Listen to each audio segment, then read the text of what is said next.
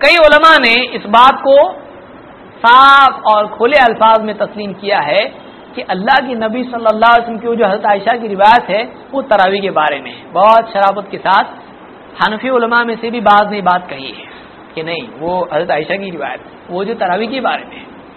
مثال کے طور پر انور شاہ کشمیری صاحب فرماتے ہیں، علامہ انور شاہ کشمیری فرماتے ہیں کہ ولا مناف من تسلیم ان تراویحہ کانت 8 رکعات. مناف کے معنی ہوتے ہیں فرار. وہ کہتے ولا مناف، بھاگنے کا موقع ہی نہیں ہے، کوئی فرار کا کوئی راستہ ہی نہیں ہے اس چیز کے معنی بغیر کہ اللہ کے نبی صلی اللہ علیہ وسلم کی تراویح 8 رکعات تھی. بتائیے اب اس سے زیادہ کون کیا بولے. حنفی عالم ہیں، بڑے عالم ہیں، اتنے بڑے کہ بخاری کی شرح لکھنے والے ہیں، دیوبندی ہیں، پھر بھی اس کے باوجود کیا کہہ رہے ہیں، اس چیز کے ماننے سے کوئی بھاگ ہی نہیں سکتا ہے. پھر بھی لوگ بھاگ رہے تو ابھی کیا بولیں گے.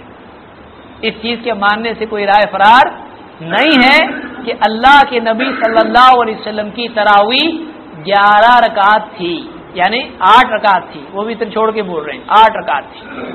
یہ العرف الشدی میں یہ علامہ انور شاہ کشمیری کہتے ہیں. اسی طرح سے ایک اور جگہ فیض الباری میں کیا کہتے ہیں وہی کہتے ہیں انور شاہ کشمیری، ان التراویح لم یثبت مرفوعا ازید من 13 رکعہ الا بطریق ضعیف. آگے اس پہ میں آنے والا ہوں، اس لیے پہلے سے فضا بنا رہا ہوں.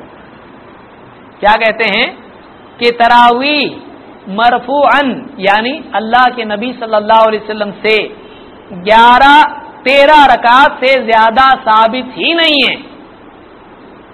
اگر ثابت ہے بھی تو وہ ضعیف روایت ثابت ہے. 2 فیصلے کر دیے انہوں نے. نمبر 1، 13 رکعت ثابت ہے، اس سے زیادہ ثابت نہیں. 13 ثابت ہے، کوئی بول سکتا 13 بھی ثابت ہے، 20 بھی ثابت ہے.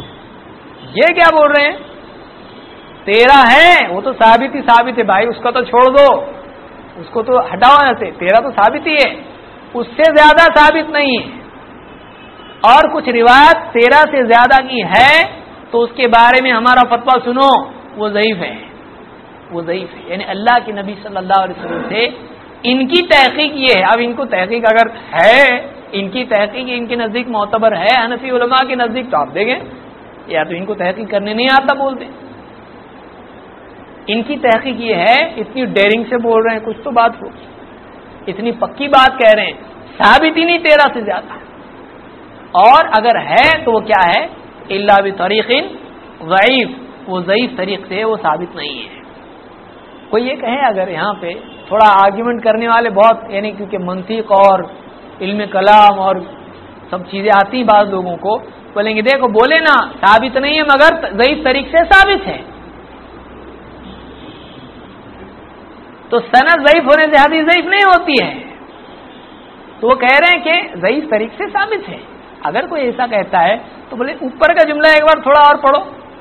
وہ کیا کہہ رہے ہیں، 13 سے زیادہ ثابت نہیں ہے. تو اگر ثابت ہوتا تو کہتے کہ ہاں ضعیف طریق سے 20 ثابت ہے، لیکن ثابت ہی نہیں ہے کیونکہ 13 سے زیادہ کا انکار کر رہے ہیں. ثابت نہیں ہے، کوئی ثابت نہیں ہے.